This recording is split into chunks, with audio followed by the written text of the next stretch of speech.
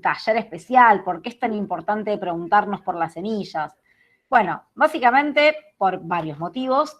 Por un lado, porque son el primer eslabón de la cadena agroalimentaria, cualquier o la mayoría de las cadenas arranca por una semilla, y por lo tanto son una importante fuente de poder. Quien controla las semillas, controla la cadena y por lo tanto controla los alimentos. Pero también porque son una fuente de biodiversidad, de agrobiodiversidad. Y la biodiversidad fue mejorada y conservada in situ, o sea, en su lugar de origen. Y esta conservación ha sido la responsable de la creación de miles de variedades que fueron adaptadas localmente a diversos ecosistemas y culturas, entendiendo a esto como un acto profundamente creativo, individual, pero sobre todo colectivo. ¿Sí? La biodiversidad, y hablar de biodiversidad es hablar de creaciones humanas, de creaciones individuales, pero sobre todo colectivas. Y fundamentalmente porque entendemos que las semillas son bienes comunes, ¿sí? Fueron recolectadas, almacenadas, conservadas e intercambiadas libremente por productores y productoras a lo largo de la historia, y siempre, digamos, hasta hace muy poco tiempo, manteniendo el control sobre las mismas. Acá abajo lo que hay es algunas fotos que siempre me gusta poner, que son fotos que saqué hace varios años en una feria de semillas en México, en Guadalajara, y me parece que tienen que ver un poco con esta idea de las semillas como bienes comunes, ¿sí? Asociadas a la diversidad de colores, de variedades, de culturas, asociadas también al intercambio, asociadas a un rito, digamos, una ceremonia religiosa, digamos, todo eso, digamos, son las semillas, ¿sí? Las semillas tienen que ver con la cultura, tiene que ver con los conocimientos, tiene que ver con la transmisión de saberes, tiene que ver con los alimentos. Pero esta idea, como yo decía, de bienes comunes, bueno, en el último tiempo lo que podemos ver, y cada vez más acelerado, es una conversión de las semillas de bienes comunes a propiedad privada, ¿sí? Semillas son un ser vivo que puede reproducirse, por lo tanto, esto ha hecho que sea muy difícil su control monopólico, y por lo tanto transformarlas en una mercancía. Sin embargo, la acumulación capitalista siempre intentó sortear esas barreras que hacen que la semilla, digamos, no pueda ser monopolizada, no pueda ser mercantilizada. Y entonces, primero con las semillas híbridas, ¿no? Que supongo que ustedes, la mayoría estudiantes de agronomía, sabrán mejor que yo lo que supone en términos de esta ruptura de la identidad semilla-grano, ¿sí? Que hace que los agricultores tengan que comprar año a año las semillas, porque la semilla anterior ya no sirve para la próxima cosecha. Entonces decíamos que las semillas híbridas y la expansión de las biotecnologías en un segundo momento, digamos las biotecnologías agrarias que conocemos hoy como semillas transgénicas, implicaron grandes cambios en las estrategias de privatización del conocimiento que han habilitado nuevos mecanismos de acumulación del capital. Por lo tanto, hoy las semillas son un punto de interés estratégico en el desarrollo de la agricultura capitalista. Acá, bueno, voy a tomar la idea, digamos, la definición que toman varios grupos. Yo puntualmente la saqué del grupo de semillas locales del Cinturón Hortícola Platense de la Universidad Nacional de La Plata, que un poco para pensar los distintos tipos de semillas y por lo tanto, digamos, después tratar de pensar cuáles son las disputas que se dan por la definición y por el sentido de las semillas, pero también por su apropiación, pensar en la diversidad de semillas considerando quiénes y dónde realizan los procesos de custodia, de selección y de mejoramiento. ¿Y para qué se realizan esos procesos, por supuesto? Entonces tenemos, por un lado, las semillas industriales, o, para mí más correctamente, las semillas del agronegocio, las híbridas, las transgénicas, las que son parte del sistema formal de semillas, donde en muchos casos, sobre todo en las híbridas y las transgénicas, el laboratorio cumple un rol central, digamos, no tanto el territorio, sino sobre todo el laboratorio, y que si bien no me voy a detener mucho en esto, es un modelo que es profundamente patriarcal. Y por el otro lado tenemos las semillas locales, aquellas cuyo proceso de selección, mejoramiento y conservación se da en los territorios y es guiado por el criterio de las y los agricultores. Estas son las semillas nativas, las criollas, las acriolladas, y que tienen a las mujeres cumpliendo un rol central. Esta idea de las mujeres como guardianas está sobre todo asociado a estas semillas locales, a estas semillas campesinas, a estas semillas que están en los territorios. Muy rápidamente, algunos datos: las y los productores de la agricultura familiar campesina indígena son los principales proveedores de alimentos en el mundo para más del 70% de la población mundial, y producen estos alimentos con menos del 25% de los recursos. Estos recursos son agua, suelo, combustible. Por el contrario, la cadena agroindustrial utiliza más del 75% de esos recursos del mundo, es de las fuentes principales de emisiones de gases de efecto invernadero y provee comida para menos del 30% de la población mundial. ¿Sí? Un poco para poder visualizar, digamos, el peso de cada uno de estos modelos, ¿no? Del modelo del agronegocio y del modelo de la agricultura familiar campesina indígena, de la producción de alimentos. Y otro dato importante es el de la concentración, ¿sí? Es el modelo del agronegocio, de las semillas del agronegocio, es un modelo que tiende cada vez a ser más concentrado. Después de las megafusiones de los años 2017 y 2018, tan solo 4 compañías controlan el 66% de las ventas corporativas de semillas en el mundo, así como también 4 compañías controlan alrededor del 70% de las ventas globales de agroquímicos, y, digamos, el chiste además es que muchas veces son las mismas, ¿no? Las que controlan los mercados de semillas y los que controlan los mercados de los agrotóxicos. El ejemplo más obsceno de esa situación es la fusión Bayer-Monsanto. Bueno, acá yo traigo una conceptualización que usé yo para mi tesis, un poco para ordenar esta discusión que tiene que ver con pensar el cercamiento de las semillas, un poco la idea de la mercantilización entendida como un cercamiento, y ahí, digamos, tratar de pensar, digamos, 2 tipos de cercamientos, pero que sin embargo se dan de manera articulada, que es el cercamiento agrario, que tiene que ver con los distintos modelos agrarios que acompañan las transformaciones técnicas de las semillas, y así tenemos un primer modelo que es el de la Revolución Verde, eso que arranca a mediados del siglo XX, que tiene que ver con la industrialización, con la incorporación masiva de insumos externos al campo, y que tiene las semillas híbridas como su principal exponente, semillas híbridas que se masifican en el marco de la Revolución Verde. Y que hoy, para Argentina, es muy importante pensar el tema de las semillas híbridas, digamos, y no centrarnos obviamente en las transgénicas, pero no olvidarnos de las híbridas también, sobre todo porque la producción hortícola de nuestro país está muy, en su gran mayoría, todavía utiliza semillas híbridas. Entonces, pensar la hibridación de las semillas sigue siendo importante. Digamos, analizar qué pasa con este tipo de semillas. Y por otro lado tenemos el modelo de los agronegocios, modelo que tiene que ver con pensar el neoliberalismo en el agro, y por lo tanto, bueno, el rol del capital financiero, la transnacionalización, la concentración, los despojos, etcétera, y que tiene a las semillas transgénicas como su principal exponente.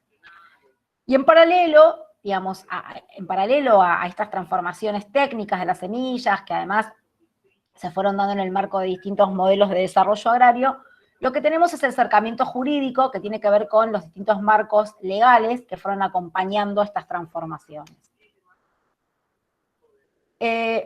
Digo muy rápidamente algunas cosas para pensar las transformaciones técnicas o las semillas. No me voy a detener mucho porque sé que Fernando después va a hablar bastante sobre las semillas transgénicas. Yo solo quería hacer una mención, digamos, lo que ustedes están viendo es digamos, trata de pensar un poco los transgénicos en el mundo, y acá lo que podemos ver es, bueno, 5 países son los principales productores de transgénicos en el mundo. Además, los transgénicos fueron implementados masivamente desde mediados de los 90, o sea, es bastante reciente la incorporación de los transgénicos, tenemos primero Estados Unidos, segundo Brasil, tercero Argentina, cuarto Canadá y quinto la India. Y acá, digo, algunos datos de Argentina, no me voy a detener sobre eso porque después Fernando lo va a hacer, pero sí mencionar que fundamentalmente en Argentina son 3 las semillas transgénicas, soja, maíz y algodón. También hay algunos eventos de papa y de cártamo, pero sobre todo, digo, básicamente lo que tenemos es soja, que en su gran mayoría hoy es transgénica, maíz, que tiene un alto porcentaje de maíz transgénico en relación al no transgénico, y algodón, que también prácticamente casi todo el algodón que hoy se siembra en nuestro país es transgénico, y fundamentalmente, digamos, los transgénicos que hay son tolerantes a herbicidas o resistentes a insectos. Pero bueno, acá tenemos la última gran incorporación o intento de incorporación, que es el trigo transgénico HB4. Es un trigo que presenta 2 características, la resistencia a la sequía y la tolerancia al herbicida fosinato de amonio. Está intervenido genéticamente con un gen de girasol para soportar el estrés hídrico y surge a partir de la investigación de la Universidad Nacional del Litoral y Bioceres, que es la mayor distribuidora de semillas transgénicas en nuestro país. Acá 3 cosas a mencionar respecto de esto. Lo primero es que su definitiva aprobación está supeditada a que sea aprobada en Brasil, que es el principal importador del trigo argentino. Y esto es importante porque, bueno, claramente es por algo, digamos, este es el primer trigo transgénico del mundo, por algo supone tanta resistencia y tiene que ver con que lo que estamos hablando es de un transgénico que está asociado a un alimento que es de consumo humano masivo, como es el trigo, como es el pan para los argentinos, y por eso, bueno, supone discutir, digamos, todas las discusiones que nos damos respecto de los transgénicos, pero supone algunos elementos más como este. Y el otro punto importante es que, bueno, está hecha por una universidad nacional y eso también supone algunas discusiones en relación a la construcción del conocimiento, quién, dónde y cómo y para qué construimos conocimiento. Bueno, me meto sí ahora con el tema del acercamiento jurídico. Digamos, acá menciono 3 grandes tipos, las leyes de semillas. Las leyes de semillas fueron, de alguna manera, el sustento jurídico a las transformaciones de la Revolución Verde. Se empiezan a aplicar en América Latina, esto a mediados, fines del siglo pasado, del siglo XX, que tienen que ver con dictaminar qué semillas se pueden comercializar, producir y comercializar y cuáles no. Por lo tanto, digamos, tiene que ver con toda la discusión de la certificación de las semillas y empieza a construir todo lo que son los sistemas formales de semillas y a dictaminar qué sistemas están por dentro y qué sistemas están por fuera. Y por lo tanto, todo lo que está por fuera empieza a ser, obviamente, criminalizado, etcétera, digamos, porque, o por lo menos marginado. Por otro lado, tenemos los contratos, que son acuerdos bilaterales entre las empresas y los productores. En nuestro país, el caso más conocido es el de la soja RR2 intacta. Pero en otros países, bueno, el debate de los contratos es un debate bastante importante. Y por último tenemos la propiedad intelectual, que básicamente lo que tenemos son 2 formas de reconocer la propiedad intelectual sobre las semillas: los derechos del obtentor y las patentes de invención. El derecho del obtentor es una propiedad intelectual que fue creada especialmente para las semillas, especialmente para las variedades vegetales, porque hasta, digamos, la aparición de la biotecnología aplicada al agro, las patentes, digamos, las semillas no podían ser patentadas. Por lo tanto, se inventó, digamos, esta figura que es el derecho del obtentor, que tiene que ver con dársela, digamos, a pero a quien realiza una mejora en una semilla. Las semillas tienen que ser nuevas, tienen que ser estables y tienen que ser homogéneas, ¿sí? Digamos, no es cualquier semilla, sino, bueno, determinados tipos de semillas que suponen homogeneidad, bueno, novedad y estabilidad.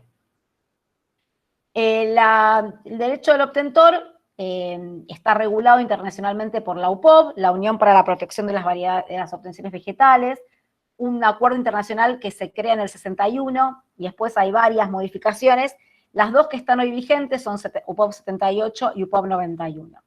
Y UPOV 78 reconoce dos excepciones para el derecho del obtentor, que son el derecho o la excepción al agricultor, que supone la posibilidad de que los agricultores puedan hacer algo tan básico, digamos, y tan propio de los agricultores como utilizar la semilla, parte de su cosecha, digamos, para volverla a resembrar. ¿Sí? Esto que es algo tan básico para los agricultores, que se conoce como el uso propio. Y la otra excepción, que es la del fitomejorador, permite utilizar una semilla que esté protegida para los fines de investigación. Bueno, estas dos excepciones, fueron modificadas, recortadas, con la modificación de la UPOV en el 91, ¿sí? Que avanza, digamos, sobre estas excepciones, pero además supone otras cosas que tienen que ver con profundizar la propiedad intelectual sobre las semillas. Por otro lado, yo decía que tenemos las patentes de invención. Las patentes están dadas para invención y no para descubrimientos, y por lo tanto, históricamente, las patentes no podían ser aplicadas a semillas. Ahora, con la aparición de la biotecnología agraria, la biotecnología en general, digamos, pero después agraria, a partir de los 80 y de un fallo muy famoso que se llama Diamond Chakrabarty, que permitió, digamos, el patentamiento de una modificación, bueno, esto generó, digamos, cierto antecedente que fue posibilitando el patentamiento de modificaciones genéticas. Y por lo tanto, las semillas que pueden ser patentadas son las semillas transgénicas, que son aquellas, digamos, porque lo que se patenta es la modificación genética. Bueno, todo esto, digamos, de las patentes están reguladas por el ADPIC, el acuerdo de la OMC, que aparece en 1995, que también implicó que los países tuvieran que modificar en gran medida sus legislaciones, pero, digamos, la gran avanzada respecto a la propiedad intelectual, en la actualidad se está dando a través de los tratados de libre comercio, tanto los tratados bilaterales como los tratados multilaterales, como los tratados regionales, desde el TPP, los tratados, digamos, bilaterales de Estados Unidos o de la Unión Europea con algún país, bueno, y todo lo que supone en este momento la discusión del tratado del TLC Unión Europea-Mercosur. En su gran mayoría, y sobre todo los que tienen a Estados Unidos como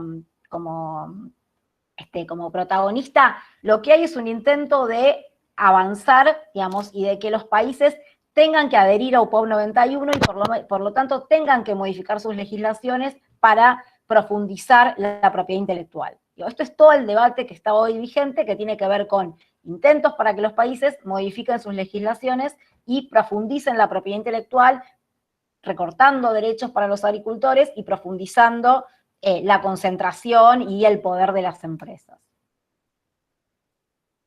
Bueno, todo esto ya lo dije, pero bueno, si alguien después lo quiere con...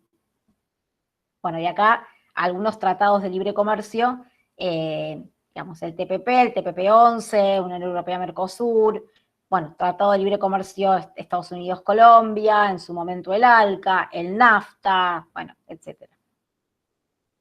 ¿Qué pasa en Argentina? Muy rápidamente. Bueno, en Argentina es un país que es muy interesante para estudiar esto y para analizar esto. Es un país que fue pionero en la protección de semillas, tuvo una ley muy temprana en el 35, y después sancionó una ley en el 73. Una ley también muy, muy temprana, digamos, por el tipo de legislación que era respecto de otros países de América Latina.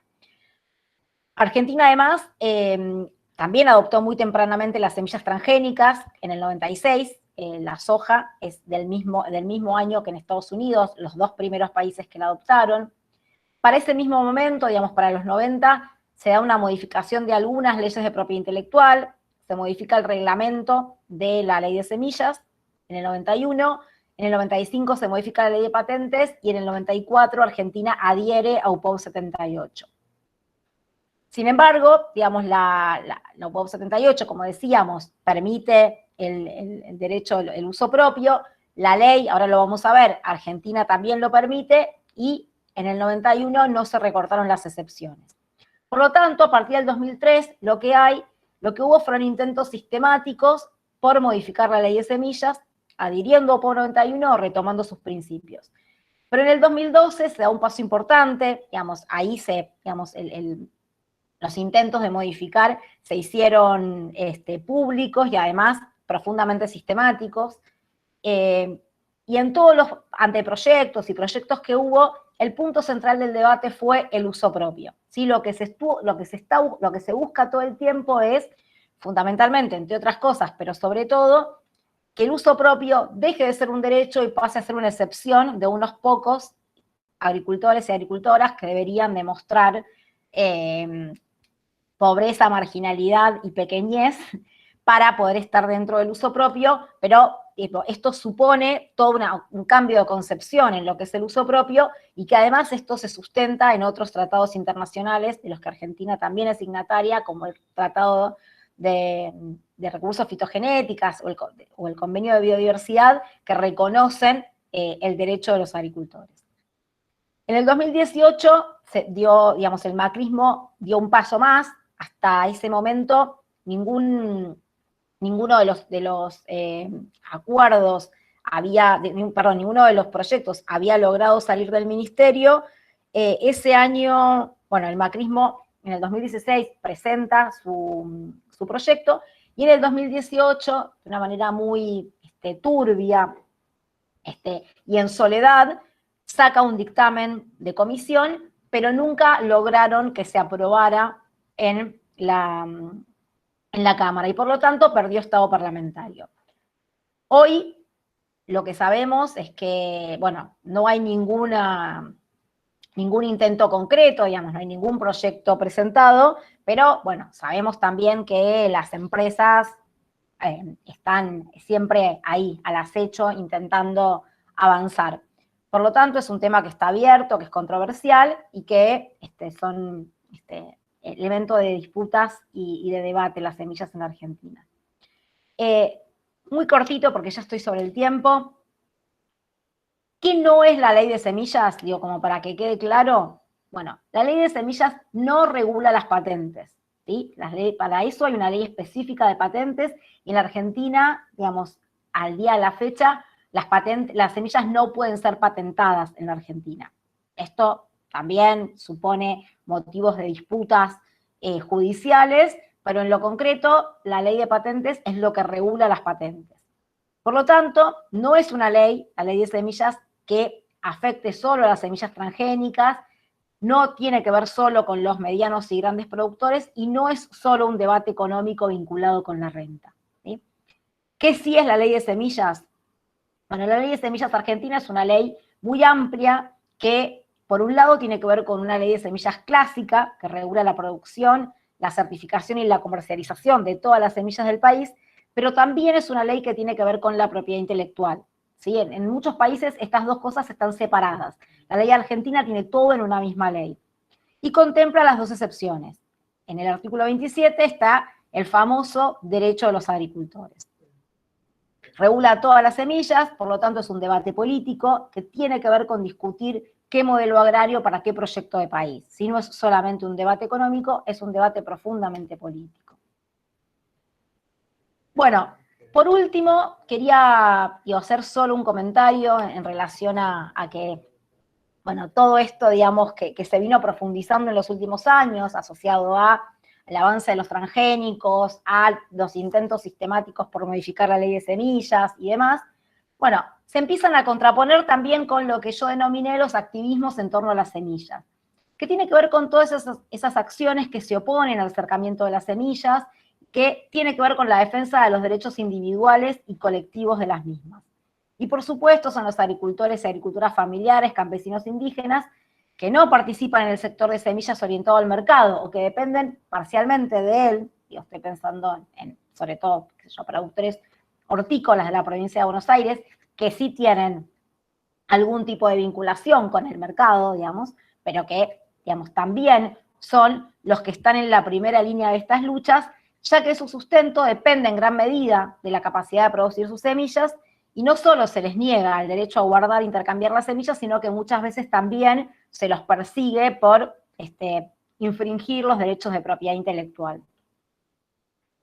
Y entonces lo que tenemos en los últimos años son, por un lado, activismos jurídicos, todas las luchas que nos fuimos dando contra la modificación de la ley de semillas y que por suerte ha dado sus frutos. También la disputa por la construcción de leyes propias, digamos, leyes que sean beneficiosas para el sector, como la de reparación histórica de la agricultura familiar del 2015, y también la construcción de políticas públicas en los últimos años asociados a las semillas. Y acá, bueno, estoy compartiendo el panel con Mario, que ambos participamos de un programa que a mí en lo personal, y supongo que a él también nos enorgullece mucho, que es el programa Semillar, un programa de la Secretaría de Agricultura, de Agricultura Familiar Campesina Indígena, que supongo que después él va a mencionar un poco más. Y también, además de los activismos jurídicos, están todos esos activismos territorializados, todas esas experiencias en los territorios de mejoramiento, rescate, conservación, multiplicación, intercambios de semillas, todas esas ferias, casas de semillas, guardianes y guardianes, que, digamos, que si bien no hay ningún análisis que lo sistematice, sabemos que existen muchas de estas experiencias a lo largo y a lo ancho del país. Acá hay algunas fotos, quería terminar con esto, fotos de todos estos activismos, de los activismos jurídicos, de las distintas luchas que nos fuimos dando para resistir al avance de la ley de semillas, las campañas, la multisectorial, Norita Cortiñas y Carlos Vicente encabezando la manifestación que hicimos el día que se votó el dictamen frente al Congreso, algunas iniciativas que hicimos en el Congreso de la Nación, pero también en la calle, las ferias y los intercambios, etcétera. Y bueno, como dice Bandana Shiva, guardar semillas es un acto político, y como dice la Vía Campesina, las semillas son patrimonio de los pueblos al servicio de la humanidad. Y ya terminé. Y perdón. Muchas gracias, Tamara. Muy clara con todo. Muy bueno también como para, si bien fue muy amplio y con un montón de contenido, también para introducir a los demás temas. No sé, yo me quedaba como con cosas ahí importantes que ibas marcando, ¿no? Como que primero ser consciente de esto, de quien controla las semillas, controla la cadena y controla la alimentación, ser conscientes de esos para el momento en el que tenemos que discutir también qué pasa con estas leyes o con estas propuestas de leyes. Lo de cómo pasó también desde un momento en el que es un bien común a cómo pasa a ser propiedad privada, también entender muy bien eso. Y después esos números, ¿no? Que a veces no los conocemos o no los tenemos tan en la cabeza, pero esto de que los productores de la agricultura familiar campesino indígena proveen del 70% de los alimentos de la población mundial es un número enorme, no hay que olvidarse de eso. Y bueno, muchísimas gracias de vuelta.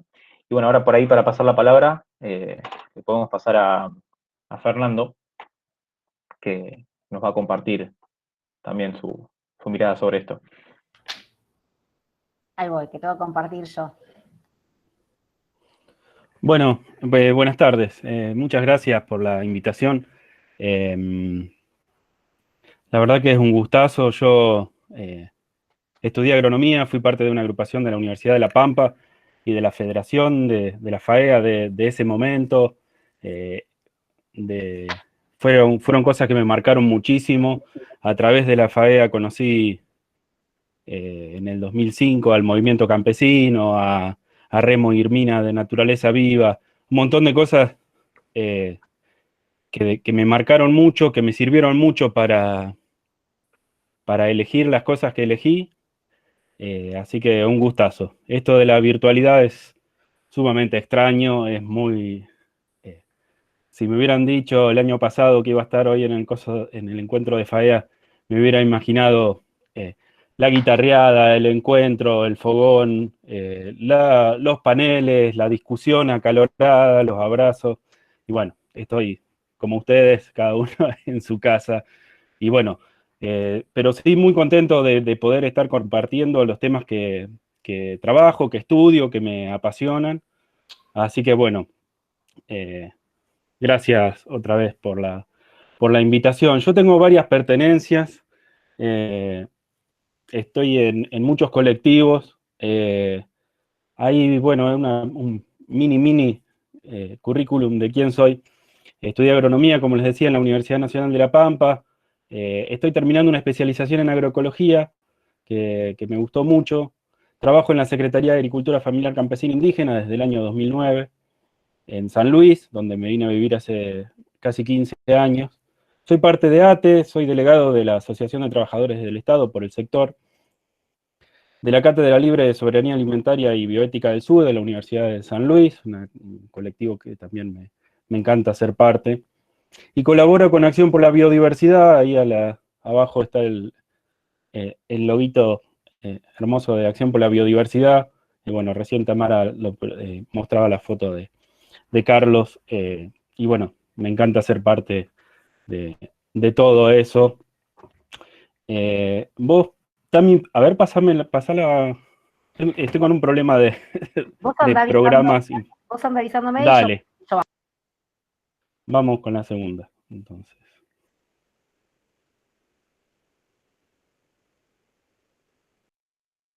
Riesgos a las semillas criollas y nativas, varias de las cosas ya las mencionó Tamara, por medio del avance del agronegocio transgénico en Argentina y en el Cono Sur, como voy a mostrar.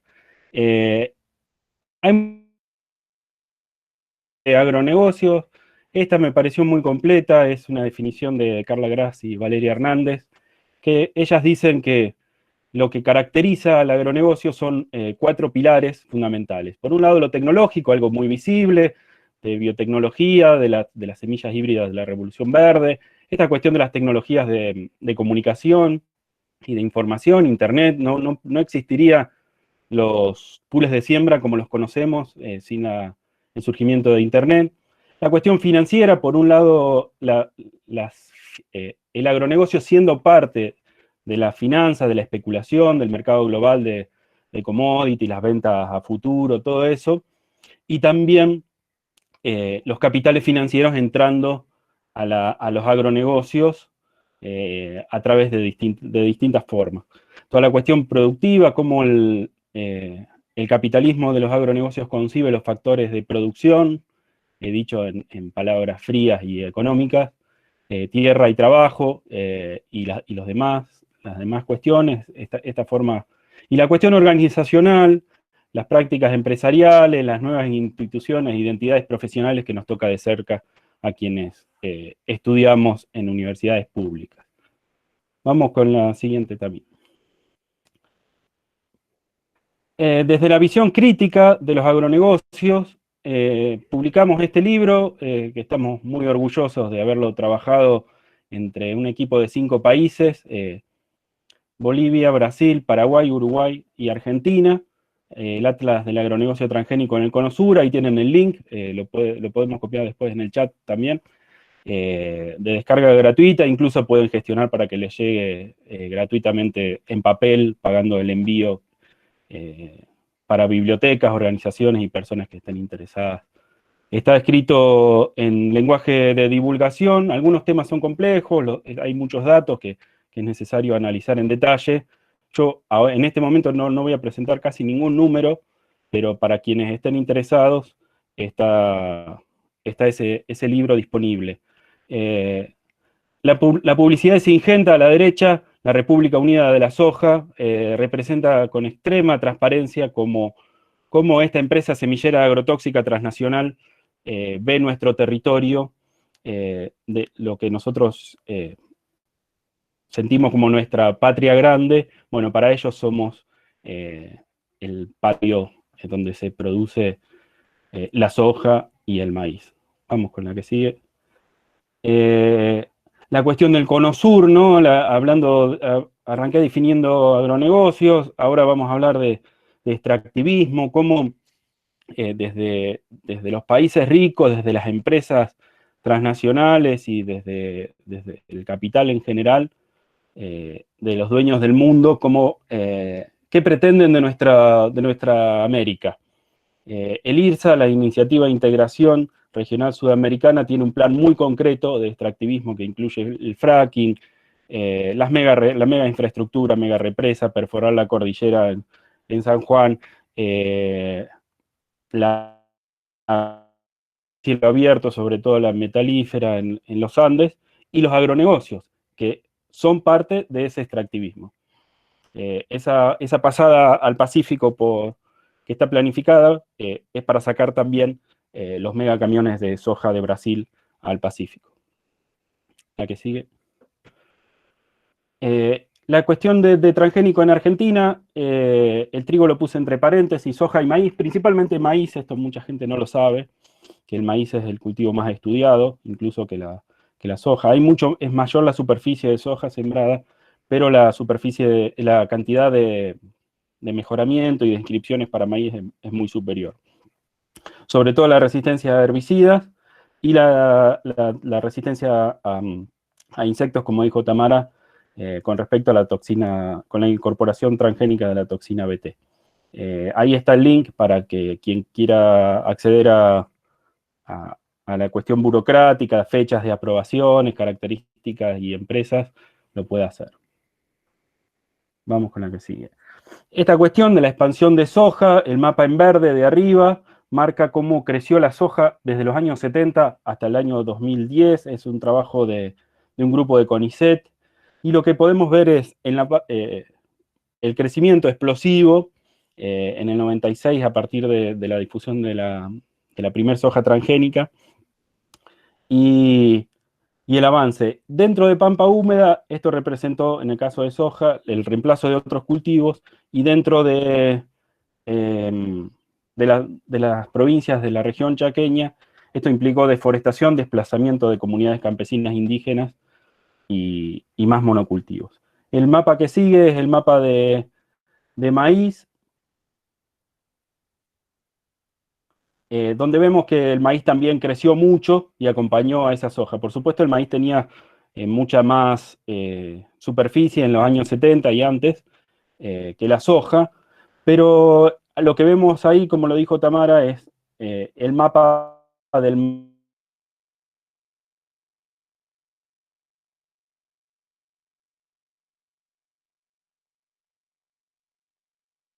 gran parte de los maíces son transgénicos y bueno, y híbridos también. Lo que sigue es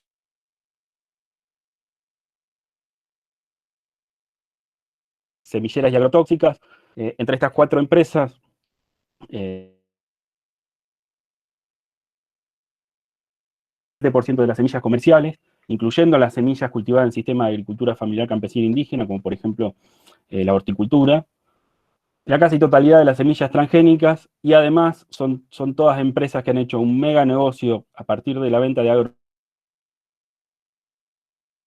asocian sus propios agrotóxicos a sus propias semillas, y han sido en sus inicios todas empresas químicas que se volcaron después. Primero fue Syngenta, después fue Monsanto, y así se fueron apropiando de este mercado.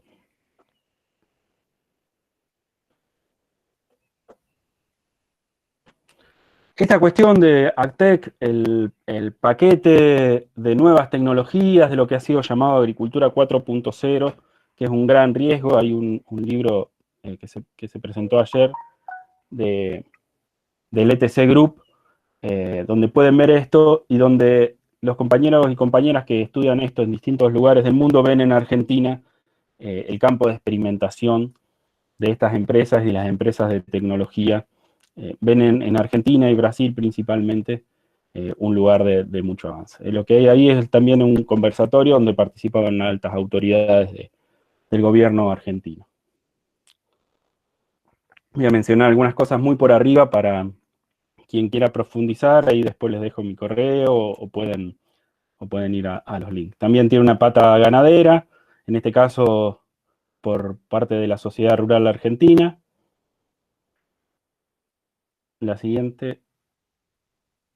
La cuestión de edición genómica, esta tecnología que las empresas dicen que no son transgénicos, y que en realidad lo que están haciendo y que lo lograron en Argentina es una forma de regulación propia, que al igual que el transgénico de soja del 96, no pasó por un debate amplio, no pasó por ni siquiera por la legislatura, y fue aprobada mediante resolución administrativa, esta forma de evaluar las semillas con edición genómica. La siguiente. Bueno, esto también durante el macrismo, la anterior resolución fue el del año 2015, durante el gobierno kirchnerista, y esto es durante el gobierno de Macri, donde se dice con claridad, ahí en negrita, que las semillas que se presenten como de edición genómica va a ser la CONAVIA quien decida si es transgénico y pasa por esa regulación, o si directamente se aprueba.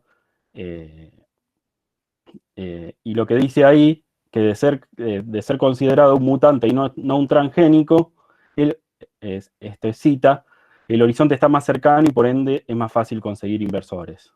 Vemos de qué se trata el objetivo de las empresas en palabra de un funcionario. Esta cuestión, bueno, de Bill Gates, la Fundación Bill y Melinda Gates, de Microsoft, el ICA, el Instituto Interamericano de la Cooperación para la Agricultura, trabajando una hoja de ruta en común y trabajando muy articuladamente, es también una parte de la realidad de los agronegocios recientes y probablemente del futuro próximo.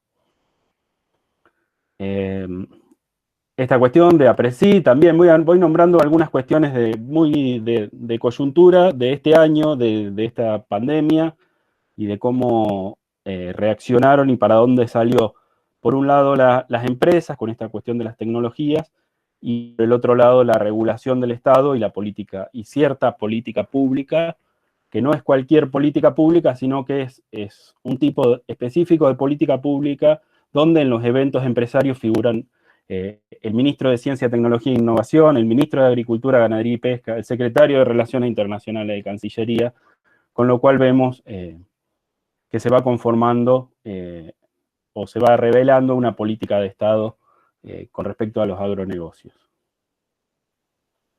En la siguiente, esta cuestión de la megafactoría, bueno, la quería mencionar, si quieren lo podemos profundizar en otro momento, lo pasamos. Esta cuestión, también Boletín Oficial de la República Argentina, iniciativa de 200 millones de toneladas de cereales oleaginosas y legumbres, que tiene un capítulo, tiene una partecita, una mención, en forma de pregunta, que dice si hay que modificar la ley de semillas. No dice en qué sentido. Lo que nos olemos de cómo está estructurado el discurso, la cuestión del redoblar la apuesta por la agroexportación, con un objetivo muy claro, no de soberanía alimentaria, sino de divisas. Lo que nos solemos es que, y con lo que conocemos desde el discurso empresario, es que están buscando limitar el uso propio y adecuar a UPOV 91. Las empresas lo han dicho muy, muy claramente. La siguiente transparencia, que se refiere al trigo HB4, esto que mencionó Tamara, esta empresa ha dicho muy claramente que tiene armado un sistema de contratos como en la soja intacta de Monsanto. De hecho, quienes posteamos estas cosas en redes sociales, lo que recibimos son publicidades, invitaciones a ser parte de concursos de AgTech, de HB4, a sumarnos a la generación HB4, y a la creatividad y a la innovación. Bueno, es muy agresiva la publicidad, tienen mucho dinero y mucho esfuerzo puesto en eso, y en el lobby, por un lado en difundir sus tecnologías, su semilla por medio de contrato, pero también, y lo han dicho muy claramente, en modificar la ley de semillas actuales para limitar más aún el uso propio. Voy llegando a las últimas. Esta cuestión lo quería mencionar, por ahí lo que elegí para la presentación de hoy son algunas cuestiones de coyuntura, porque sabía que Tamara iba a presentar la cuestión de la normativa mucho mejor que lo que puedo presentar yo. Entonces, dentro de esta cuestión de coyuntura, con respecto a lo que decía Tamara al final de su presentación de la cuestión política de las semillas, lo que tenemos es con mucha claridad para ver como evidencia de este experimento masivo que constituye los agronegocios en el mundo, es, por un lado, que son las cadenas concentradas son responsables de más de la mitad de las emisiones globales totales, por lo tanto son responsables de la crisis, son protagonistas de la primera línea de los responsables de la crisis climática. Y que es una crisis que no solo es climática, sino que tiene muchos nombres y muchas facetas, que tiene que ver con la destrucción de la biodiversidad nativa y también de la agrobiodiversidad. Un número que desesperante es que el 75% de la diversidad agrícola generada en miles de años se destruyó en los últimos 100 años, es un dato de FAO. La destrucción de suelos por medio de los monocultivos, la crisis del agua, tanto de contaminación como de acaparamiento, la crisis sanitaria y ambiental, estamos en una pandemia de origen zoonótico, muy probablemente vinculada a la ganadería industrial, a las megafactorías, y una crisis alimentaria tanto en cantidad como en calidad y en distribución. El trabajo de Grain, todas las crisis, la crisis, haciendo el juego de palabra con todos los fuegos, el fuego de Cortázar, el sistema agroalimentario industrial en el centro de cada una de ellas, les recomiendo la lectura de ese material. Esta cuestión de los agronegocios y la agroindustria, no es que nosotros desde la crítica le pusimos el nombre, ellos solos se pusieron este nombre de agronegocios, por un lado, abandonando la palabra cultura, dejaron de decir agricultura y empezaron a decir agronegocios. Me parece algo muy transparente, muy sincero de su parte. Y la cuestión de la agroindustria, tuvimos Ministerio de Agroindustria durante el macrismo, la Facultad de Agronomía de la Universidad de Buenos Aires tiene posgrados en agronegocios, y bueno, dejaron la palabra cultura, nada más y nada menos, y pusieron la palabra negocios y la palabra industria desde su visión. Quienes estudiamos agronomía sabemos cómo se nos forma en torno a la visión de achicar la realidad, la diversidad, la magia y el misterio de la biología y de la diversidad hacia lo cuantitativo de la química y de la economía más limitada en su concepción reduccionista, muy acorde a la ciencia moderna. Por otro lado, la agricultura, más cultura que nunca, la verdadera agricultura. Agroecología es una palabra que me gusta, que uso, que me representa, pero sobre todo agricultura, y si los agronegocios la van a dejar, nosotros la vamos a poner en mayúscula y la vamos a poner arriba de la mesa. La diversidad, estábamos hablando de la diversidad de la vida, de la biodiversidad también. La cultura tiene como valor supremo la diversidad y el intercambio. La palabra cuidar también es parte de esta familia de palabras. Ahí también una nota que les invito a que lean si les interesa. Con respecto, bueno, esto ya lo dijo Tamara, lo dije yo, pasémoslo. Perdón. No, perdón, estoy medio molesto con Tamara para que me pase y me vuelva. Una cita textual de la Ley Nacional de Agricultura Familiar, el artículo 26, abajo, dice que es objetivo de la ley desarrollar acciones tendientes a evitar la apropiación ilegítima y la falta de reconocimiento de la semilla nativa y criolla.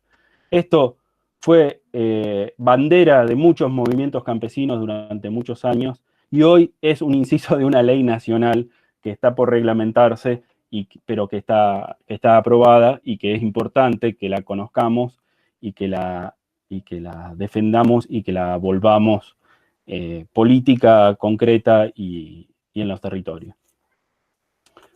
Ya voy por las últimas, y por el tiempo, pasame también a la que sigue. Perdón, pasaste dos seguidas. Esa. Repasando un poquito, ya estoy en el tiempo.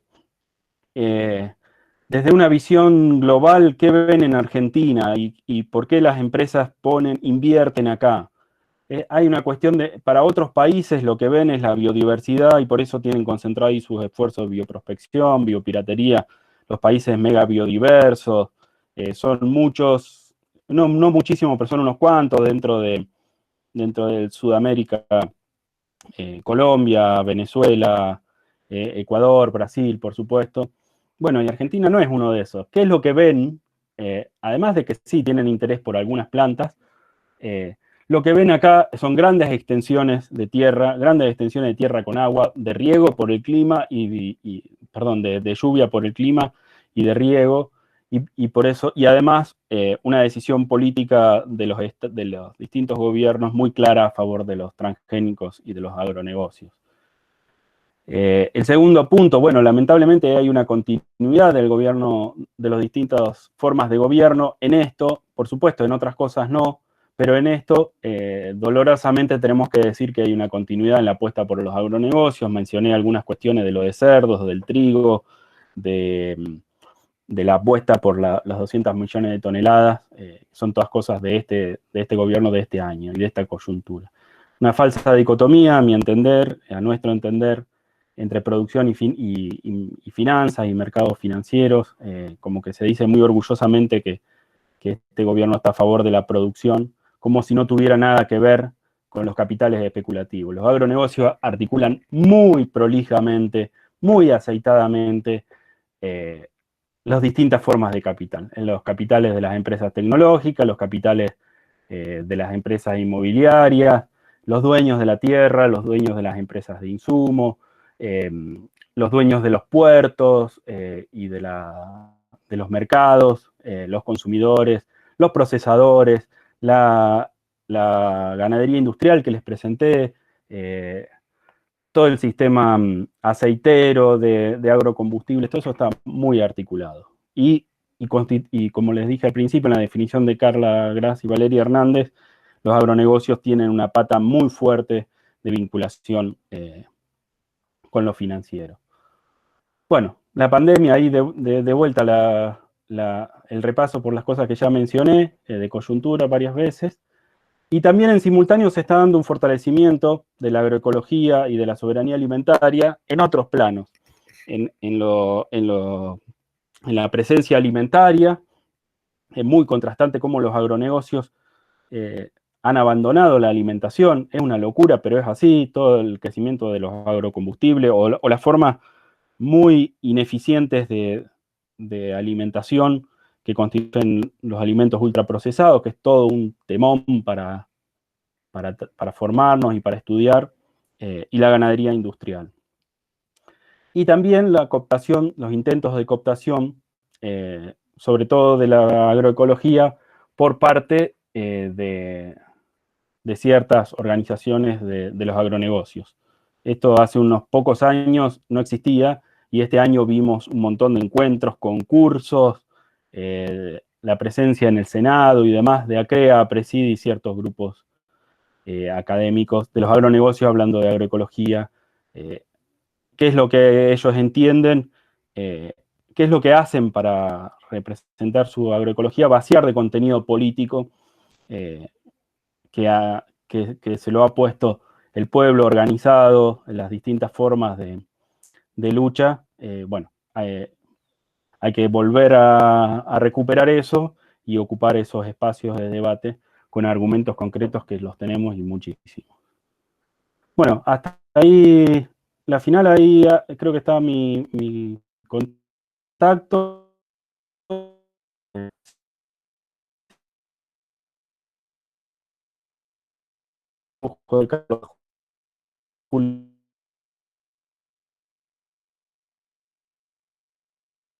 De la defensa de la cultura, de la vida campesina indígena, del lugar en que yo estoy, de las decenas de miles de familias que hoy viven en el monte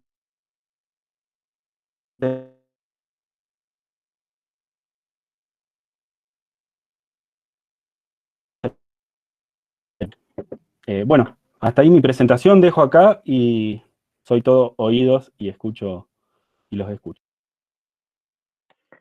Buenísimo, Fernando, muchas gracias. Bueno, ahí Fernando dejó el mail. Yo no sé si está dispuesto a aceptar que le pidamos todo el material interesantísimo que nos fue pasando, un montón de libros y material, que por ahí después también podemos mandar algún link en el chat, para ahí también teniendo la posibilidad de leer eso.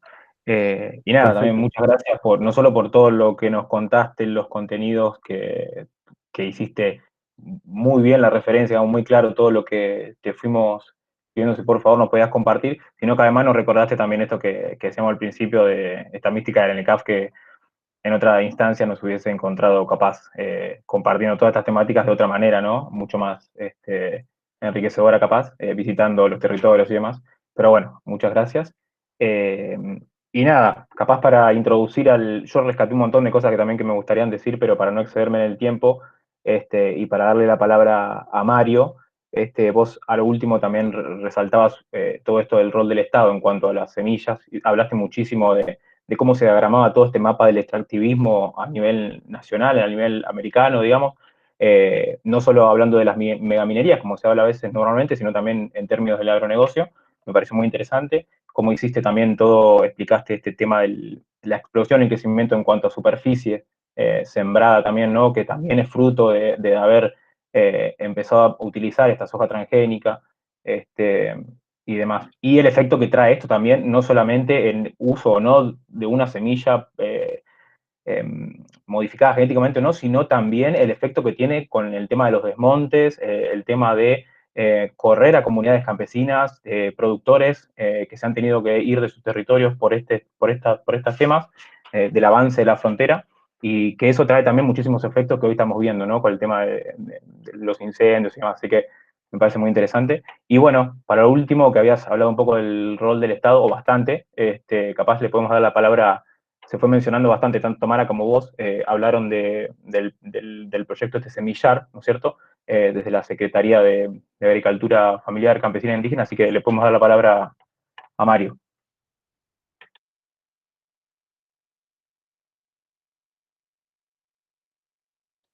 Ahí vamos, chicos, ¿me escuchan bien? Te escuchamos, Mario. Hola, hola. Bueno, ahí mando una presentación.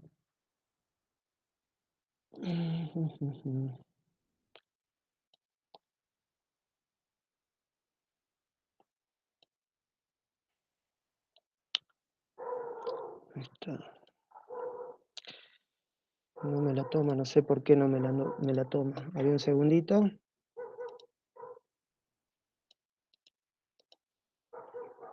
Bueno, le voy contando de Semillar mientras tanto. Un poco la idea de Semillar, que está en el marco de la Secretaría de Agricultura Familiar Campesina Indígena. El gran desafío es bueno, desarrollar en el marco de una lectura de complejidad, digamos, porque entendemos que siempre el tema semilla ha sido mirado sesgado, que es lo que le conviene al sistema. El sistema funciona así, digamos. Diferentes tipos de estrategias para generar alternativas institucionales, legales, marco jurídico, propuestas tecnológicas. Entonces hacer una estrategia múltiple, digamos, y no repetir lo que el sistema mayoritario hasta ahora le ha venido siendo útil, que es la mirada reduccionista y la propuesta de la propuesta a partir de esa mirada reduccionista de universalización de la mirada sobre la semilla. Entonces, la ley de semilla, todo se enmarca en esa ley, y todo se reglamenta a partir de esa ley, y el organismo que genera esa ley es la policía absoluta. Y más allá de que si uno mira en detalle y analiza en detalle, algunas cosas están acotadas, pero sin embargo el sistema funciona con la otra mirada. Y a eso sumarle algunas preocupaciones que tenemos, Nosotros estamos en una instancia donde los Estados-nación han ido por el sistema financiero, el sistema empresarial, retrocediendo. Hoy no tienen la fuerza que tenían antes. Entonces también tenemos que pensar estrategias de abordaje que nos permitan considerar esa situación. Hoy hay multinacionales que tienen mucho más fuerza que los Estados-nación. Miren, le cuento una cosa. Alguna vez yo investigaba hace más de 20 años el tema de los agroquímicos, los agrotóxicos, que, entre comillas, AUDEA, la reunión de decanos de agronomía, quería sacar una declaración en repudio a la palabra agrotóxico. Hasta que estábamos en una mesa, justamente éramos dos los que no adheríamos a eso, de 37, que era el decano de Rosario y yo de Jujuy, el resto todos iban por un tubo. Justo estábamos comiendo, agarré un cuchillo y le digo, esto es un cuchillo, digamos, una herramienta para comer, bueno, para bajarle un cambio a la propuesta que tenían ellos. Le digo, pero cuando hay homicidios de armas blancas, deja de ser cuchillo. Entonces, si se dice agrotóxico, es por algo, ¿no? Entonces, ahí bajaron un poco un cambio, para que tengan una idea mayoritariamente cómo funciona, digamos, el sistema todavía, digamos. Lamentablemente tengo acá un problema con no me lo lea el PowerPoint, me muestra otras ventanas. ¿Me lo querés pasar Sí. y yo hago lo mismo que con Feli, te lo paso? Bueno, te lo mando, ya te lo mando, aguántame un poquito. Bueno, y sigo contando entonces de semillar. Entonces, con esa idea se armó un equipo, digamos, con representación de diferentes sectores, que un poco Miguel trabaja para eso, Miguel Gómez, el secretario, y bueno, y se van desarrollando diferentes estrategias, cosa que no es fácil, digamos, incluso nosotros en el grupo del equipo estamos continuamente interactuando, este, eh, por la complejidad y por el abordaje ya establecido o dado que hay en las instituciones. Voy a dar otro ejemplo. Miren, cuando yo recién escuchaba, por ejemplo, me pasó con el INTA, cuando fui parte del INTA, porque como decano fui parte del Consejo Regional, y en el Consejo Regional hay representantes de la Sociedad Rural de Salta, la Sociedad Rural de Jujuy, así en todo lado, ¿no? La Sociedad Rural Nacional, CRA, Federación Agraria, y resulta que son todos los mismos socios. Entonces hoy viene fulano, a fulano se le vence la representación en la Sociedad Rural Salta, y mañana viene por Sociedad Rural Nación la misma persona. Y entonces es la misma gente dando vuelta y una sola mesa para el foro de agricultura familiar. Entonces es muy difícil, yo veía, digamos, el nivel de apriete incluso que le hacían a los técnicos del INTA, sobre todo a los directivos, en el momento del macrismo peor todavía, para direccionar para dónde va a ir el INTA. Entonces es bien compleja la institución, cómo está armada, digamos, la estructura, cómo está armada para generar cambios de enfoques. Entonces eso también hay que tenerlo en cuenta, porque de pronto nosotros nos encontramos con muchos técnicos que empiezan a ver las necesidades, empiezan a ver las cosas de otro lado, a abordar con mucho más compromiso, pero con problemas estructurales para poder cambiar esas situaciones.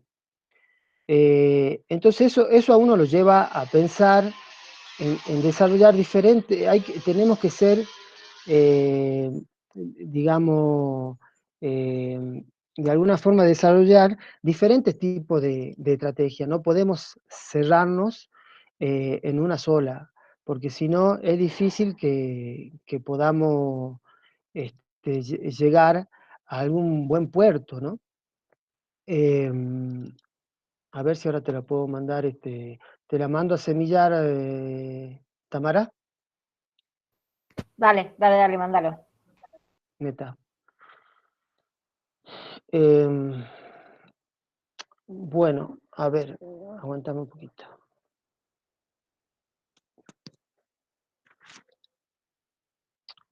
Una pestaña, no.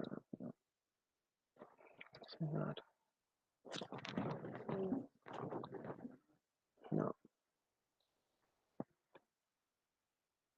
Lo que pasa es que había preparado, no es lo mismo del otro día, Tamara, otra charla donde hay, para ir mostrando diferentes tipos de trabajo científico, para ponerle sustento a la cuestión de la biodiversidad. Esto pensando en, nosotros vamos a dar una discusión o queremos tener más adeptos, digamos, nosotros ya estamos convencidos. Ahí me lo leyó, a ver. Ahí lo leyó. Ahí lo están viendo, no, todavía no. Ahí dice compartir, ahí va a salir. Ahí Ahí está. parecería que está. Ahí Va, parecería va. que va, ¿verdad? A ver, a ver, a ver. Capaz que es muy pesado, no sé. No, ahí se está viendo. ¿Usted Solo está ponelo viendo? grande, digamos, como pantalla completa. Ahí le di. Capaz que es pesado porque son imágenes, pero bueno. Ahí lo está a imagen, a pantalla completa. Ustedes díganme cuando ya lo tengan. Ahí está. Ahí se ve Mario. Ahí va. ¿Sí? Bueno. Bueno, fíjense en esta primera, lo hice cuando estaba hablando Tamara, me acordé de esto, digamos, ¿no? Es como privatizar el beso a partir de la propiedad intelectual del lápiz labial, digamos. Hay algo de eso, digamos, en este juego que está jugando el sistema, digamos, ¿no? Vamos a la siguiente.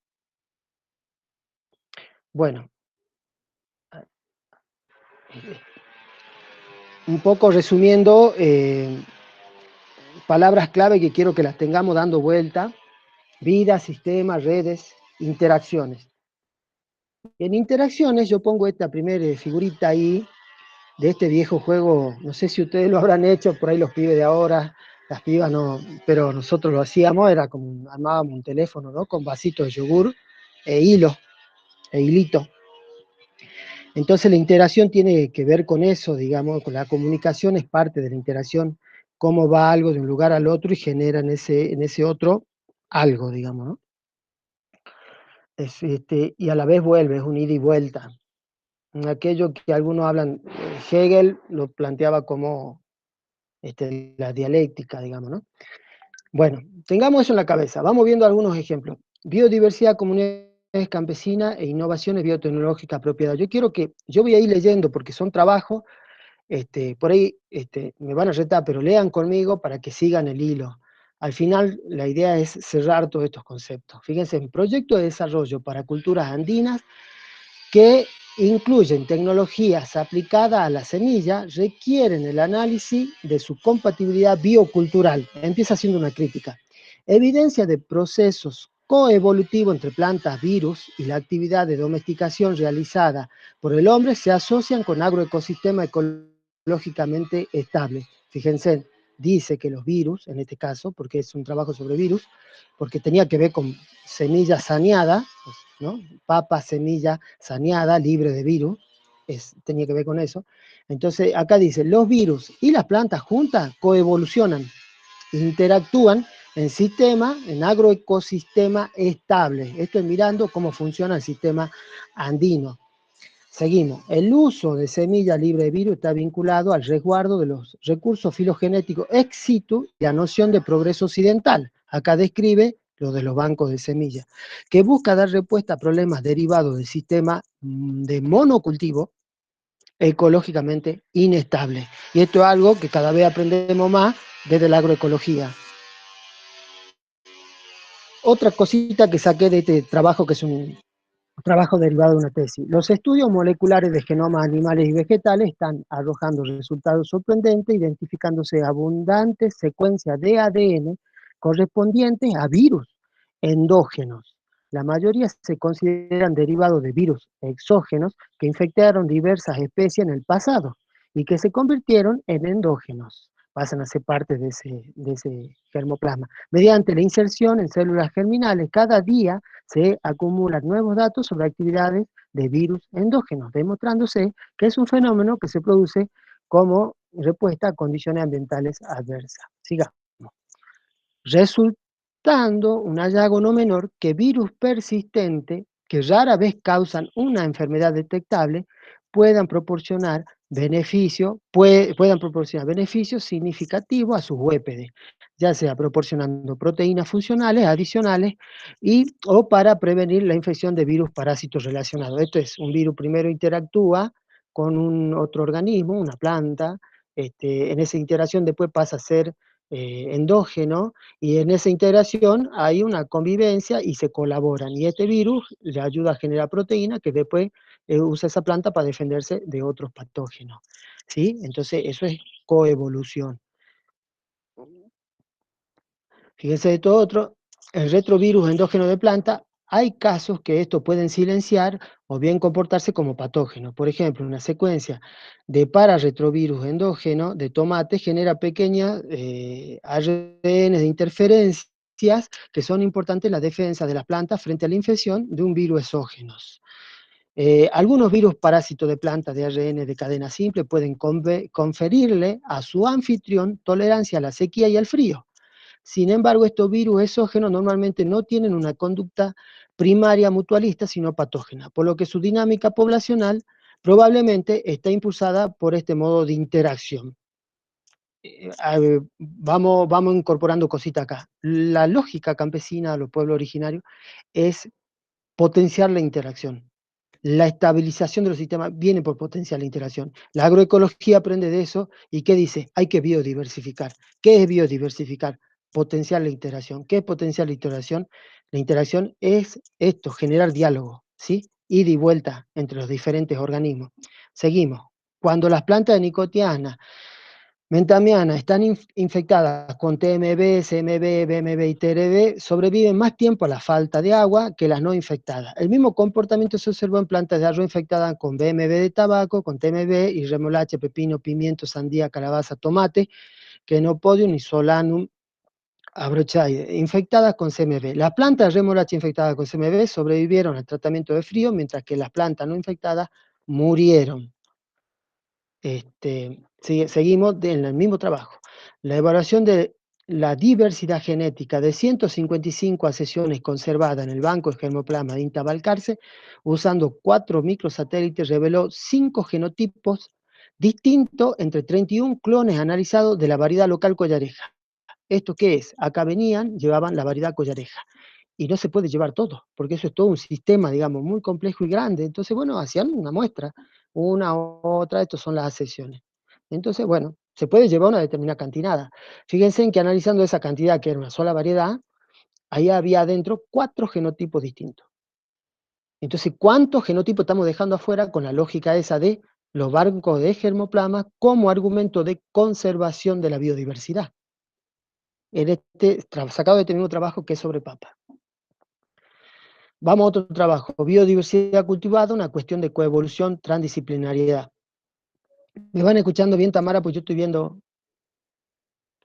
Sí, sí, Mario, vamos escuchando. Perfecto. Y de paso te aviso, así capaz en 3, 4 minutitos para ir redondeando, así le damos la palabra también a Gisela y por ahí habría algunas preguntas. Pero tranqui, viene bien. Siguen escuchando.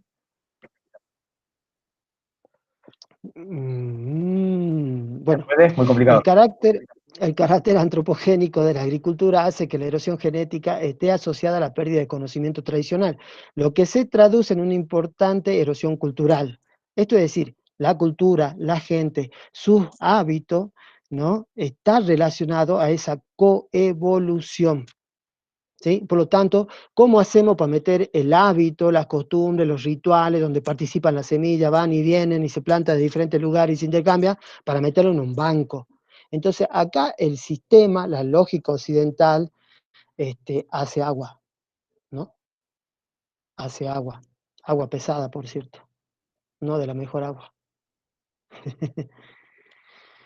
Bueno, vamos a ir salteando porque esto de los tramposones, como los tramposones está relacionado, después léanlo, yo les voy a mandar los trabajos, igual busquen más, cómo los tramposones participan en la generación de biodiversidad, pero tiene que ver con la dinámica, la relación con el ambiente, ida y vuelta.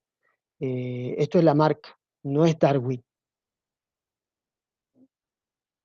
A Lamarck lo matan cuando gana la teoría de Darwin, que queda como el tonto con su teoría, y porque pegó mejor para la sociedad occidental la teoría de Darwin, ¿no? La supervivencia del más apto. Entonces de ahí viene lo de mejoramiento genético, bueno, los que se creen mejores que otros, lo de la meritocracia, todo. Nuestra visión cultural está parada sobre eso. Darwin le quedaba perfecto. Lamarck decía otra cosa. Es más una cosa de interacción, de ida y vuelta. Es malo de Hegel, es una relación dialógica. Bueno, compuestos volátiles, después léalo, yo se lo mando al trabajo, chicos.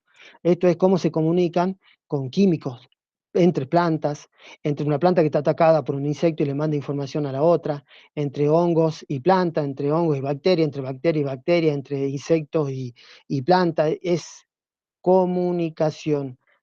Péguenle en una mirada y van a entender, van a tener más argumentos para el tema de por qué es importante la biodiversidad, digamos. Este es un ejemplo, después lo ven tranquilo.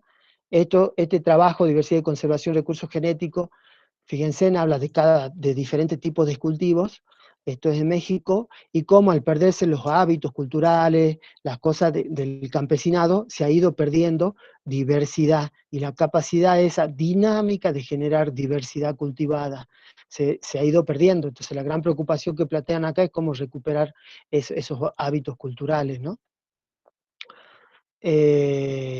Epigenética, lean, esto tiene 20 años la epigenética y está confirmando lo mismo, digamos. O sea, incluso hay un libro que yo le pongo al último que les recomiendo para el que no quiera leer trabajo científico, sirve para tener una idea, que es la evolución en 4 dimensiones. Pégale en una miradita. Entonces la epigenética es adaptación al corto plazo. Y si esa adaptación es necesaria sostenerla, ¿no? Lo que se está viendo es que posiblemente se transforma después en algo estable, pasa a ser genético, deja de ser epigenético. ¿Qué es epigenético? Encendido y apagado de genes. Acuérdense que cuando empezó a trabajar en el mapeo de los genomas, se han dado con que, bueno, el 3% del genoma codifica proteínas, que son los genes que nosotros conocemos. Y el otro 97%, la arrogancia del sistema científico parado con esta lógica occidental, le han llamado ADN basura, ADN trash. Ahora se han dado cuenta que no, que ahí adentro hay algo, che, esto no era basura, ¿no? No es resto de la evolución, basurero de la evolución con la mirada darwiniana. Se han dado cuenta que ahí hay lugares que interactúan con el ambiente y apagan y prenden los otros genes que codifican la proteína. Bueno, eso es epigenética. Es diálogo, como ven, es diálogo con el ambiente, y a partir de ese diálogo, de ida y vuelta, ¿qué está pasando afuera? Apago o prendo genes. Otro ejemplo parecido, y sobre todo acá van a encontrar de cómo cómo se distancian los bancos de germoplasma, ¿no? Ex situ, estas que usan sobre todo los mejoradores, las empresas, claro, a ellos les sirve porque además les funciona como estante. ¿Qué hay? A ver, lo pruebo. Pero cómo se distancian de aquellos sistemas que siguen vivos funcionando, cómo se distancian en cuanto a la diversidad. El otro sistema, el campesino, sigue funcionando, sigue trabajando y se va separando. El otro sigue estable, como una foto, quieto. Por ahí dice en algún trabajo, está muy bonito porque dice, las recolecciones tradicionales parten de ese prejuicio de que todo lo nativo es inferior, y en consecuencia los bancos congelados no solo congelan los tubérculos, sino a sus curadores, ¿no? A eso me refería. Y este trabajo me pareció fantástico. Fíjense, y en el 2017 investigadores israelíes demostraron que algunos virus bacterianos, denominados bacteriófagos o simplemente fagos, mostraban una colaboración para desarrollar un proceso de toma de decisión, comunicación entre virus. La cosa es más de ida y vuelta, por lo tanto el otro es necesario para esa interacción.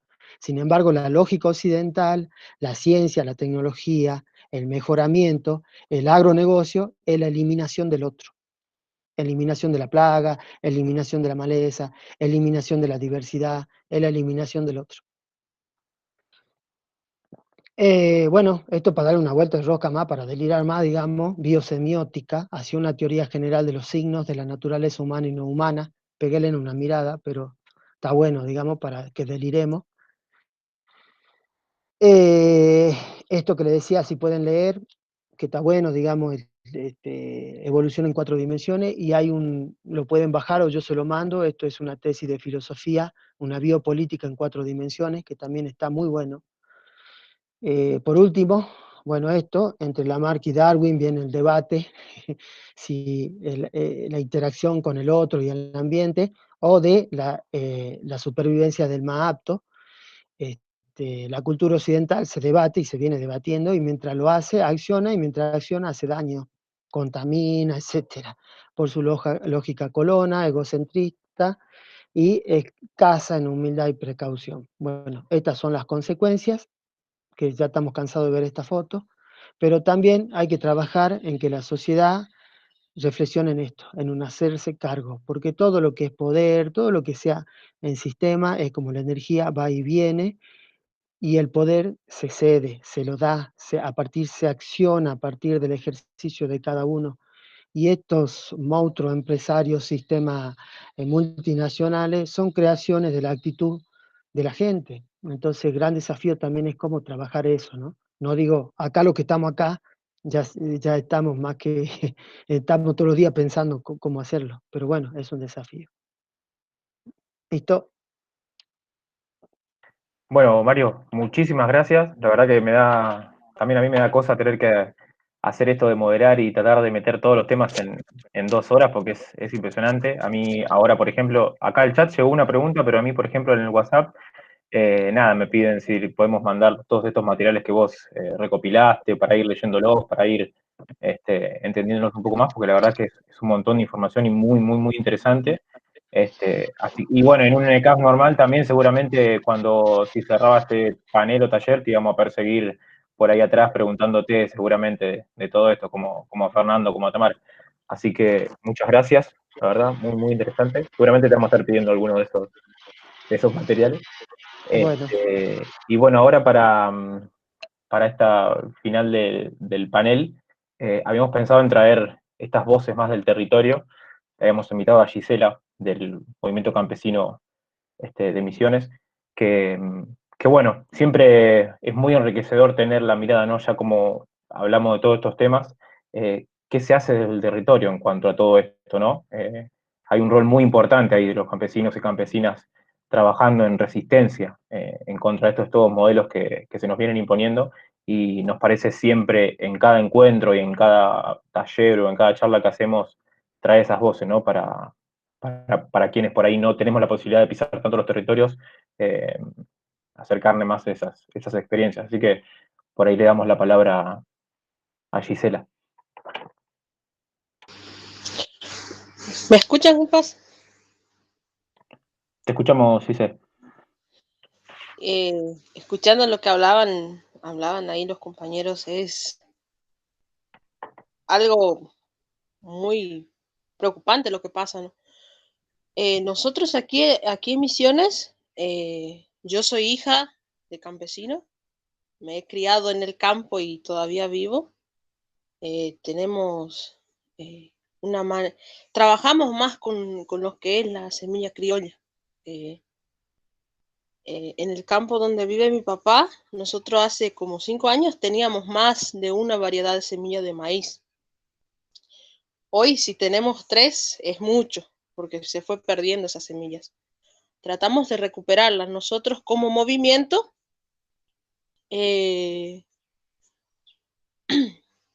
estamos trabajando en la construcción de la Casa de la Semilla y tratando de recuperar las semillas criollas que se han perdido. Tenemos a 2 compañeros que están en el tema de semilla de acá. Yo básicamente no estoy en eso, pero me vino la propuesta de participar de la charla hoy.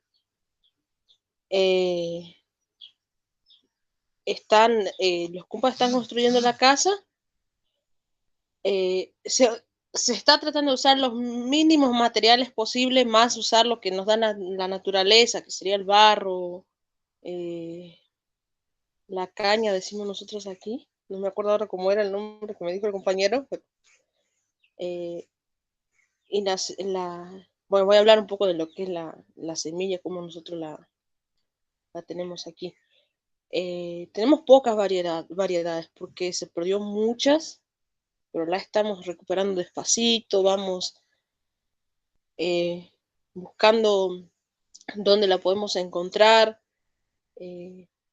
No básicamente la guardamos en el instante que la conseguimos, sino que la plantamos durante 2 años para ver cómo es esa semilla, si es el 100% criolla como nosotros la tenemos, y ahí vamos haciendo el tratado de recuperarla al 100% de lo que es.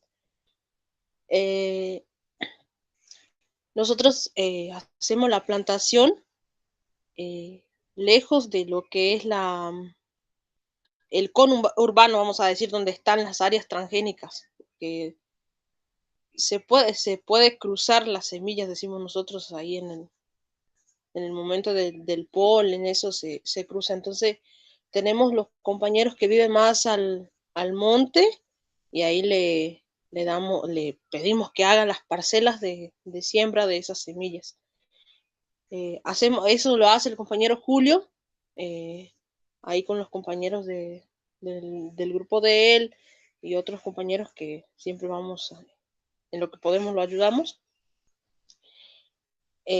Yo digo por experiencia con mi familia, nosotros plantamos, vivimos al monte hace bastante tiempo y plantamos y hay mucha diferencia del maíz que cosechamos en el campo donde vive mi papá, con la diferencia del maíz que cosecho yo en la casa donde vivo en el pueblo. Hay una diferencia muy, muy grande. Para mí el maíz que planta mi papá en el campo es más resistente y más rico en alimentar a los animales que yo cosecho acá, por ejemplo. Porque cerca de donde yo vivo plantan maíz transgénico todos los años. Entonces, como que no tengo la semilla 100% criolla, porque es como unos 50 metros de donde yo vivo que plantan. Nosotros estamos, bueno, como ya dije, los compañeros están con la construcción de la casa de la semilla. Está en proceso, de a poco vamos construyendo con lo que nos da, lo que nos brinda la Pachamama, ¿no? No me acuerdo bien cómo me dijo Julio que iba a ser la casa porque ando media ocupadita, pero ellos están trabajando, es un trabajo muy lindo lo que están haciendo los compañeros. Ya empezaron con las primeras parcelas de siembra de las semillas que serían para el muestreo para la casa. Está un poco complicado por el clima, no sabemos cómo va a ser la producción este año por el tiempo, ¿no? Que no llueve, pero ahí vamos. En el intercambio, nosotros estábamos hablando hoy con Julio, si vamos a poner que le damos a un compañero 5 kilos de semilla de la casa, él nos tiene que devolver, dar 25 para que le podamos dar a otro compañero. Y así vamos a ir yendo, ¿no? Despacito vamos a ir construyendo. No es fácil luchar contra algo que nosotros sabemos que hay muchas personas por detrás, ¿no? Porque lo del transgénico es complicadísimo, no es solamente que te termina con la naturaleza, sino que donde se planta, bueno, te daña la naturaleza por años, porque donde se planta transgénico viene una maleza tremenda. Yo digo, por el territorio aquí, en Misiones, donde yo vivo, el antiguo dueño de la parte que nosotros, que mi hermano compró, plantaba transgénico y hay una maleza tremenda que no sabes qué vas a hacer. Cosas que no había antes en estas tierras. Entonces es complicado. Ellos te dicen que la semilla es resistente a una cosa, pero aparece en la tierra cosas que no, plantas más resistentes de la que es natural del lugar, ¿no? Nosotros también hacemos con los jóvenes el plantan el arroz, el poroto, todo lo que nosotros podemos plantar de lo que es natural para que podamos consumir nosotros y darle al compañero que no tiene, porque vive en el pueblo, lo hacemos para que vayamos despacito recuperando lo que era la producción tradicional de la agricultura familiar aquí, familiar y campesina aquí de Misiones, ¿no? Porque eso se ha perdido mucho en los últimos años.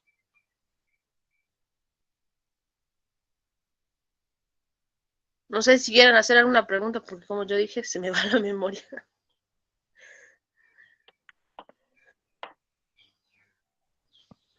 No, bueno, muchísimas gracias, Gise.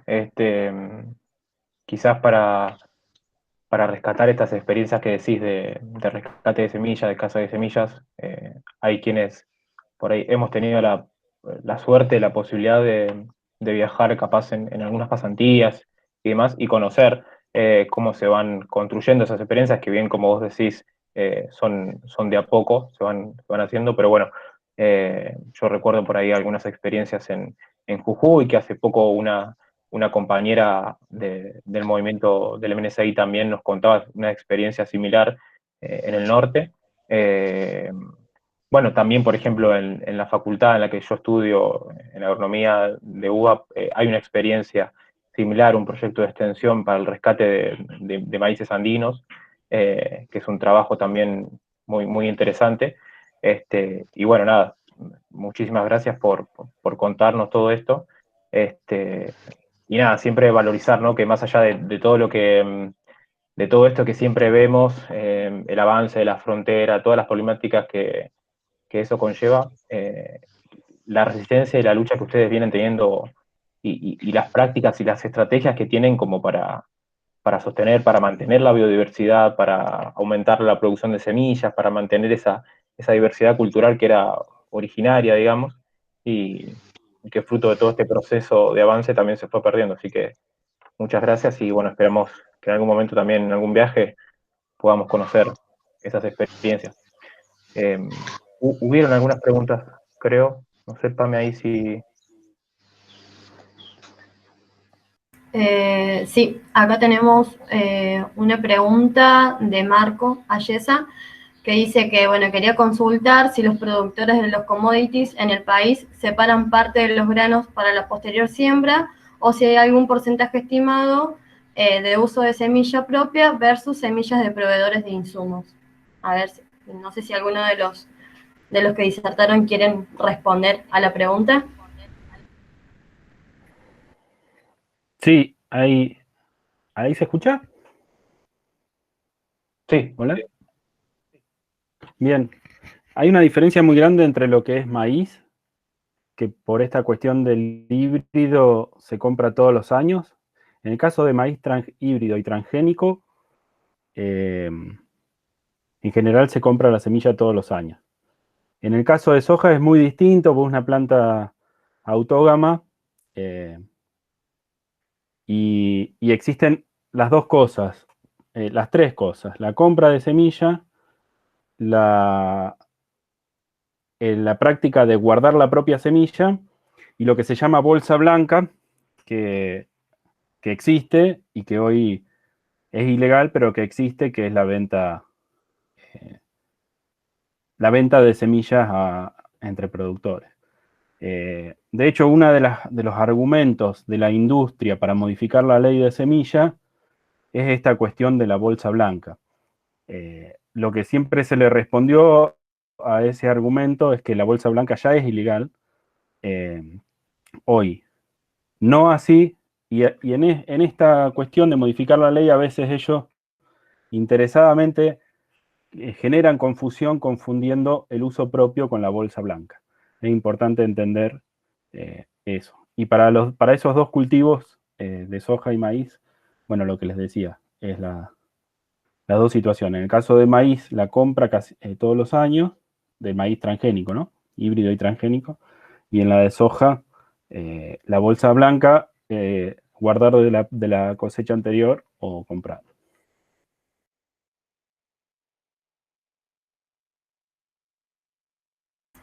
Bueno, también está abierta la palabra para quienes quieran hablar, aportar, hacer preguntas.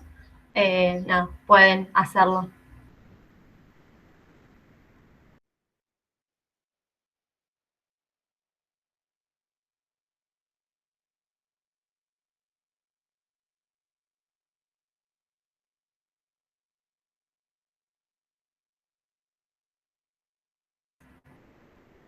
Y si no, bueno, por cualquier cosa ahí en el chat, Fernando, Mario han pasado sus WhatsApp o sus mails para poder consultar cualquier cosa. Y además, bueno, como para darle un cierre, primero en principal darles el agradecimiento por la participación a todos y a todas.